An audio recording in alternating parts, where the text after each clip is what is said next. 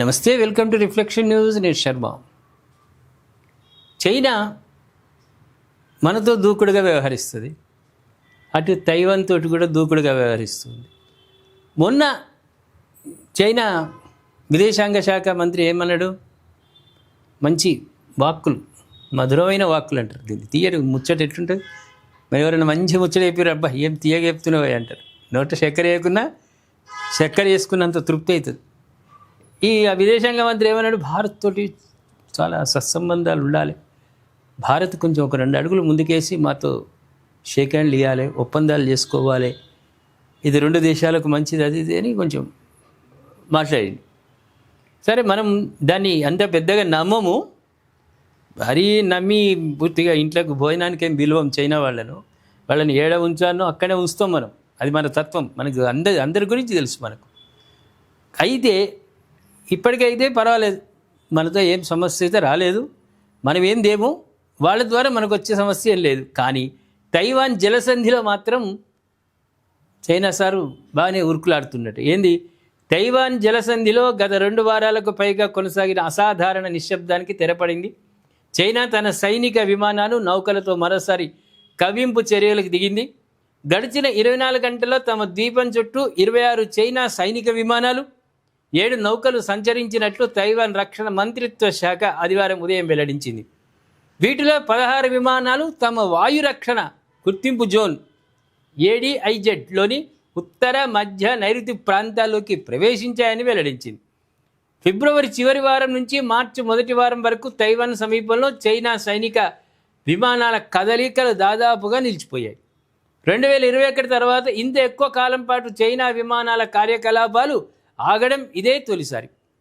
దీంతో చైనా తన వ్యూహాన్ని మార్చుకుందేమో అని, సైనిక శిక్షణకు ప్రాధాన్యతపై దృష్టి సారించి ఉండవచ్చని, దౌత్యపరమైన చర్చల నేపథ్యంలో సంయమనం పాటిస్తుండవచ్చని విశ్లేషకులు భావించారు. అయితే ఈ ఊహాగానాలకు తెరదించుతూ చైనా మళ్లీ తన దూకుడును ప్రదర్శించింది. తాజా పరిణామాల నేపథ్యంలో తైవాన్ అప్రమత్తమైంది. చైనా విమానాలు, నౌకల కదలికలను పర్యవేక్షించేందుకు తమ వాయు, నౌకా దళాలతో పాటు తీర ప్రాంత క్షిపణి వ్యవస్థలను మోహరించినట్టు తెలిపింది. మళ్ళీ యుద్ధం స్టార్ట్ అవుతుందో ఏమో. చైనా నుంచి కవ్వింపు చర్యలు మినహా ఎలాంటి దూకుడు చర్యలు చోటు చేసుకోలేదని అధికారులు వెల్లడించారు. ఇటీవలి సంవత్సరాల్లో తైవాన్పై ఒత్తిడి పెంచే గ్రే జోన్ తంత్రంలో భాగంగా చైనా దాదాపు ప్రతిరోజు తమ గగనతలంలోకి విమానాలు పంపుతోంది. రాజకీయంగా కీలకమైన సంఘటనల సమయంలో ఈ కార్యకలాపాలు తీవ్ర రూపం దాల్చుతుండటం, తమ నుంచి విడిపోయిన భూభాగంపై తైవాన్ను పరిగణించే చైనా అవసరమైతే బలవంతంగానైనా విలీనం చేసుకుంటామని హెచ్చరిస్తున్న విషయం తెలిసిందే. అయితే 2 వారాల పాటు సైనిక విన్యాసాలు ఎందుకు నిలిపివేసింది, ఇప్పుడు మళ్ళీ ఎందుకు ప్రారంభించింది అనే దానిపై బీజింగ్ నుంచి ఎలాంటి అధికారిక ప్రకటన వెలువడలేదు. ఏదైనా మౌనం అంటే మౌనం వెనుక ఏదో ఉంటుంది, ఏదో భూకంపం ఉంటుంది, భూకంపం అవుతుంది. అందుకే చైనా 2 వారాల పాటు మౌనంగా ఉంది అంటే ఏదో పన్నాగా వేసిరు, వాళ్ళు పక్క స్కెచ్ చేసిరు కాబట్టి మళ్ళీ మొదలుపెట్టిరు.